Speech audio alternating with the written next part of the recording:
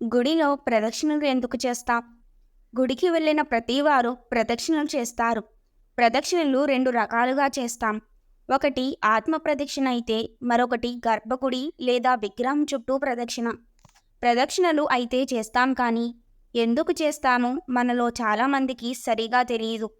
ఇది ఒక జవాబు దొరకని ప్రశ్నగా ఉంటోంది. గుడిలో ఉండే దేవుడికి మనసులో ఏదన్నా కోరిక కోరుకుని నమస్కారం పెడతాం. ఆయనకి నైవేద్యం కింద కొబ్బరికాయ గాని, పువ్వులు గాని సమర్పిస్తాం. దేవుడితో నేరుగా సంబంధం లేని ఈ ప్రదక్షిణం చేయవలసిన అవసరం ఏముంది అని కొందరికి సందేహం కలగవచ్చు. దీనికి జవాబు కొందరు పండితులు ఇలా చెబుతారు. మనకి కనిపించే సృష్టికి ఆతిథ్యమిస్తున్న భూమి తన చుట్టూ తాను ప్రదక్షిణలు చేస్తూ ఉంటుంది.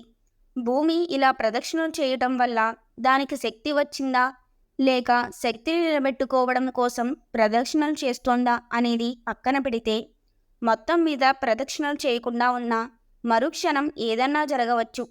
సృష్టి మొత్తం వినాశనం కావచ్చు. అలాగే సూర్యుని చుట్టూ భూమి ప్రదక్షిణం చేస్తోంది. ఫలితంగా జీవరాశి మనుగడకు సూర్యుని నుంచి శక్తిని పొందుతోంది. ఈ విధంగా భూమి ఆత్మ ప్రదక్షిణలు చేయటమే కాక సూర్యుని చుట్టూ కూడా ప్రదక్షిణ చేస్తోంది.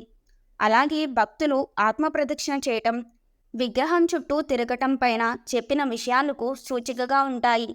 ఇలా భ్రమణం చేయటం ద్వారా మన జ్ఞానానికి అతీతమైన శక్తిని దేవుని నుంచి పొందుతారు. ఇది మనస్సుకు, శరీరానికి కూడా మేలు చేస్తుంది. దీనిని గుర్తించబట్టే వేల సంవత్సరాల నుంచి కూడా కేవలం హిందువులు మాత్రమే ఇలా ప్రదక్షిణ చేసే ఆచారాన్ని పాటిస్తూ వచ్చారు. అయితే ప్రదక్షిణలు ఎన్నిసార్లు చేయాలి? దేవాలయంలో ప్రదక్షిణలు చేస్తాం సరే, అసలు ప్రదక్షిణలు ఎన్నిసార్లు చేయాలి అనే సందేహం తలెత్తుతుంది. ఈ విషయంపై ఖచ్చితమైన నిర్ణయం ఎవ్వరూ చేయలేదు. కొందరు 3 సార్లు చేయాలని చెబితే, కొందరు 5 లేదా 11 సార్లు ప్రదక్షిణ చేయాలని సూచిస్తారు. ఇక్కడ ఒక విషయాన్ని గమనించాలి. ఎన్ని ప్రదక్షిణలైనా కానీ అవి బేస్ సంఖ్యలో ఉండాలి. 3, 5, 11 ఇలా అన్నమాట. ఇలా ఎందుకు నిర్ణయించారనేది ప్రస్తుతానికి జవాబు దొరకని ప్రశ్న. ఏ దేవుడు గుడికి వెళితే ఆ దేవుడికి సంబంధించిన స్తోత్రం పఠిస్తూ ప్రదక్షిణలు చేయాలి.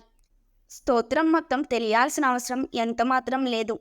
ఎవరికి వారు తమకు తెలిసినంత వరకు మననం చేసుకుంటూ ప్రదక్షిణ చేస్తే సరిపోతుంది. మనస్సు కేంద్రీకరించి ప్రదక్షిణ చేయటం చాలా ముఖ్యం. ఇతర ఆలోచనతో ప్రదక్షిణ చేసినా ఒకటే, రోడ్డు మీద నడిచినా ఒకటే.